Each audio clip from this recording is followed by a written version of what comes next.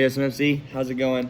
Hey, I got a quick devo for you. We are about to start talking through the life of Joseph, which is in the last part of the book of Genesis. We're going to start going through his life, and we're starting right at the beginning, okay? I will say though, looking through this curriculum, it actually brings up a point and makes me look at it in a way I've never thought of it before.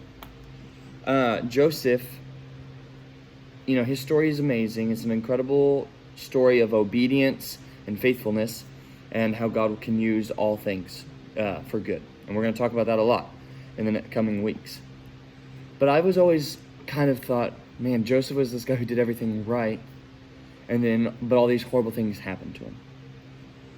But I'm reading through these verses and I noticed something. So I want to read these verses to you. Genesis chapter 37, verses 6 through 8. Joseph said to them, "Listen to this dream I had. We were binding sheaves of grain out in the field, when suddenly my sheaf rose and stood upright, while your sheaves gathered around mine and bowed down to it." His brothers said to him, "Do you intend to reign over us? Will you actually rule us?"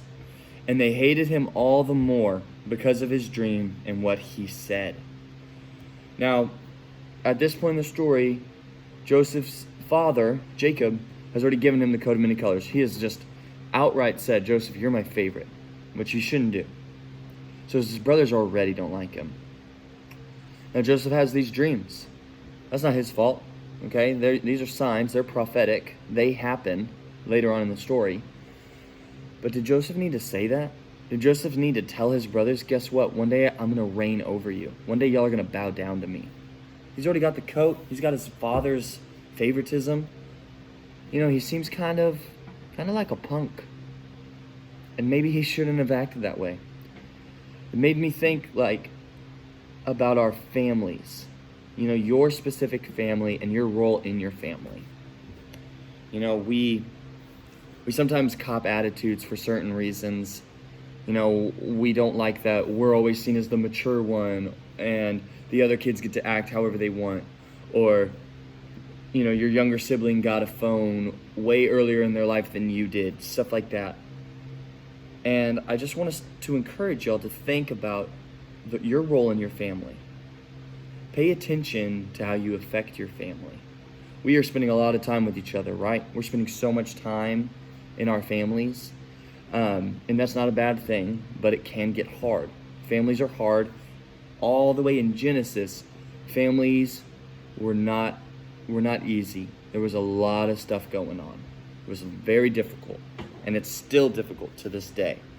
So I want to encourage you to take some time and think about your family, how you affect your family, because you do.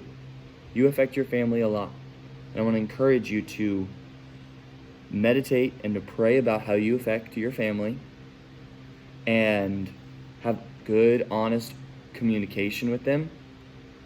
And just try and improve the situation. Maybe your situation's already great. That's awesome, and I thank God for that. But I want to encourage you to just kind of take stock of your family dynamics. You won't regret it. So that's all I have to say, really. We're going to talk way more about our families and how you should act in your families more this week, later tonight. So I love y'all so much. Stay safe out there. Have fun. See you later.